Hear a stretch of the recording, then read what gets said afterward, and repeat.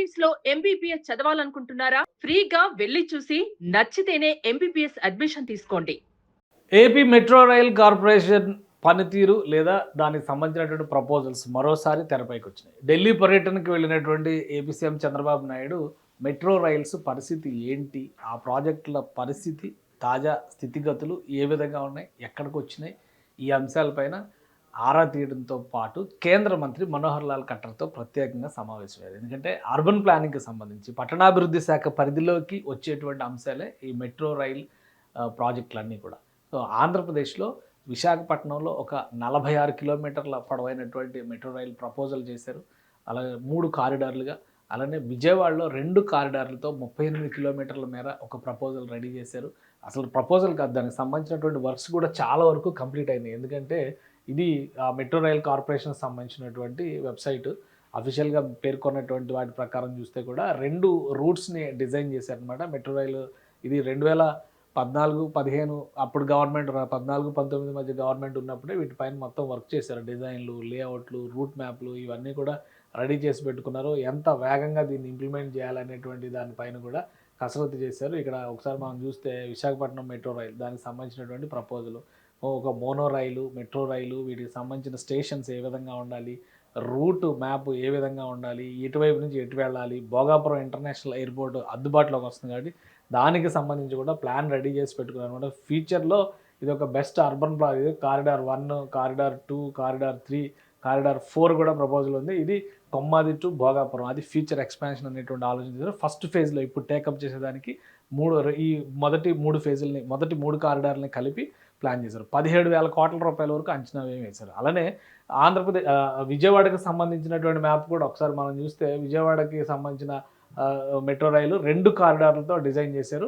అమరావతిలోకి కూడా ఎక్స్టెన్షన్ ఉండేలాగా, విజయవాడ నగరం నుంచి అమరావతిలోకి ఎక్స్టెన్షన్ ఉండేలాగా ఈ 2 కారిడార్లకు సంబంధించినటువంటి ప్లానింగ్ ఇది చూడండి. ఇది part A, part phase 1A, phase 1B, ఇది ఫేజ్ 2 అవుతుంది. అంటే ఫేజ్ 1కి సంబంధించి ఇప్పుడు ఇది ప్రపోజల్ చేశారు. 11,000 కోట్ల రూపాయల వరకు అంచనా వేసింది రాష్ట్ర ప్రభుత్వం.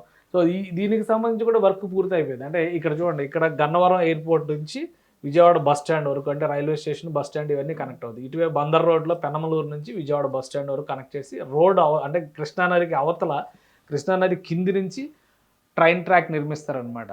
అంటే భూగర్భ రైల్వే అంటాం కదా, ఆ విధంగా వెళ్తుంది. ఇక్కడ మంగళగిరిని కనెక్ట్ చేసి ఆపేస్తారు. సెకండ్ ఫేజ్, ఈ రెడ్ మార్క్ అంతా సెకండ్ ఫేజ్. ఇది అమరావతి డెవలప్ అయ్యేదాన్ని బట్టి ఫ్యూచర్లో టేకప్ చేస్తారు. దానికి అనుకూలంగా ఈ ఫేజ్ 1ని డిజైన్ చేస్తారు. ఇవన్నీ డబ్బులతో సహా అన్ని డిజైన్ చేసి పెట్టారు. ఇక్కడ సమస్య ఏంటంటే అప్రూవల్స్ వచ్చేటువంటి అంశంలో కొంత జాప్యం జరగడం. ఇది ఆల్రెడీ చూడండి, ఏప్రిల్ 2025లోనే ఆర్ఎఫ్పీలు రిలీజ్ చేశారు. రెండింటికి సంబంధించి రూట్ మ్యాపింగ్ అయిపోయింది.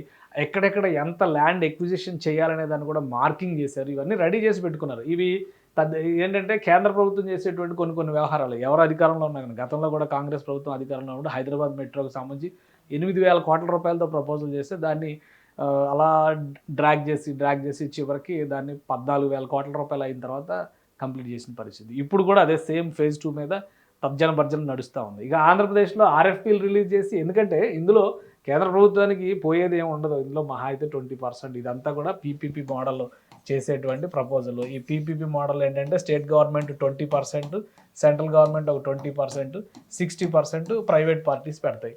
సో ఈ మోడల్లో మ్యాచింగ్ గ్రాంట్ లాగా ఇచ్చినట్టుగానే ఉంటుంది అనమాట.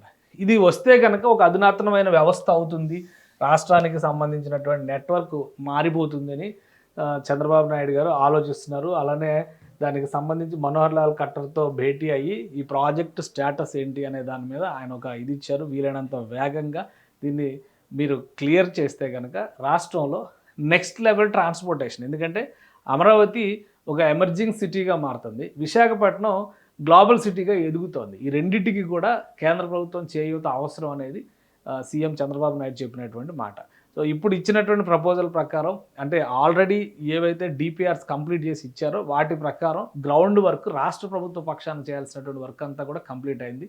కేంద్ర ప్రభుత్వం గ్రీన్ సిగ్నల్ ఇచ్చిన వెంటనే ఆయా ప్రాంతాల్లో ఒక 100 ఎకరాల వరకు అనుకుంటా భూమి సేకరణ చేసేటువంటి పరిస్థితి ఉంటుంది. ఆ 100 ఎకరాల లోపు భూములు తీసుకుంటే అక్కడ ఈ వర్కింగ్ ఫ్యాక్టరీస్ పెట్టేసి కన్స్ట్రక్షన్ యాక్టివిటీ మొదలు పెడతారు. మార్కింగ్ చేసినటువంటి రూట్స్లో ఎక్కడెక్కడ పిల్లర్స్ రావాలి, ఎందుకంటే ఇప్పుడు టెక్నాలజీ మారిపోయింది. ఒకప్పుడు టెక్నాలజీ వేరు, ఇప్పుడు డైరెక్ట్గా పిల్లర్ వెళ్ళి అక్కడ ఇంప్లాంట్ చేసేటువంటి వ్యవస్థలు వచ్చేసినాయి. కాబట్టి ఎక్కువ డ్రాగ్ కాకుండా వీలైనంత వేగంగా దీన్ని ఆమోదిస్తే కనుక పనులు స్పీడప్ చేయడానికి 3 ఏళ్ళు టార్గెట్ పెట్టుకొని కంప్లీట్ చేసేటువంటి లక్ష్యంతో రాష్ట్ర ప్రభుత్వం పని చేయడానికి అవకాశం ఉంటుందని వివరించినట్టుగా సమాచారం. సో కేంద్ర ప్రభుత్వం అతి త్వరలోనే దీనిపైన ఒక స్టాండ్ తీసుకోవచ్చు. ఎందుకంటే దేశంలో ఎక్కడ మెట్రో రైల్స్ నిర్మాణం జరిగినా కేంద్ర ప్రభుత్వం ఇన్వాల్వ్మెంట్ ఉంటుంది. కేంద్ర ప్రభుత్వ అప్రూవల్తో 20% కేంద్ర ప్రభుత్వం ఇచ్చేటువంటి షేర్తోనే నిర్మాణం చేస్తారు. అంటే ఇప్పుడు రాష్ట్ర ప్రభుత్వం ఒక 20% షేర్ పెడుతుంది, కేంద్ర ప్రభుత్వం ఒక 20% షేర్ పెడుతుంది, ప్రైవేట్ పార్టీ ఏది ఉంటే అది ఒక 60% షేర్ పెట్టి దాన్ని డెవలప్ చేస్తారు. Build operate system, build develop operate system ఉంది కదా, దీని ప్రకారం ముందుకు వెళ్తారు అన్నమాట. సో ఆంధ్రప్రదేశ్ ప్రభుత్వం ఇప్పుడు మళ్ళీ మెట్రో రైల్ పైన ఫోకస్ పెట్టింది. కేంద్రం ఎంత వేగంగా క్లియరెన్స్ ఇస్తే ఈ పనులు అంత వేగంగా గ్రౌండ్ అవ్వడానికి కావాల్సినటువంటి ప్రణాళికని రాష్ట్ర ప్రభుత్వం రెడీ చేసుకుంది.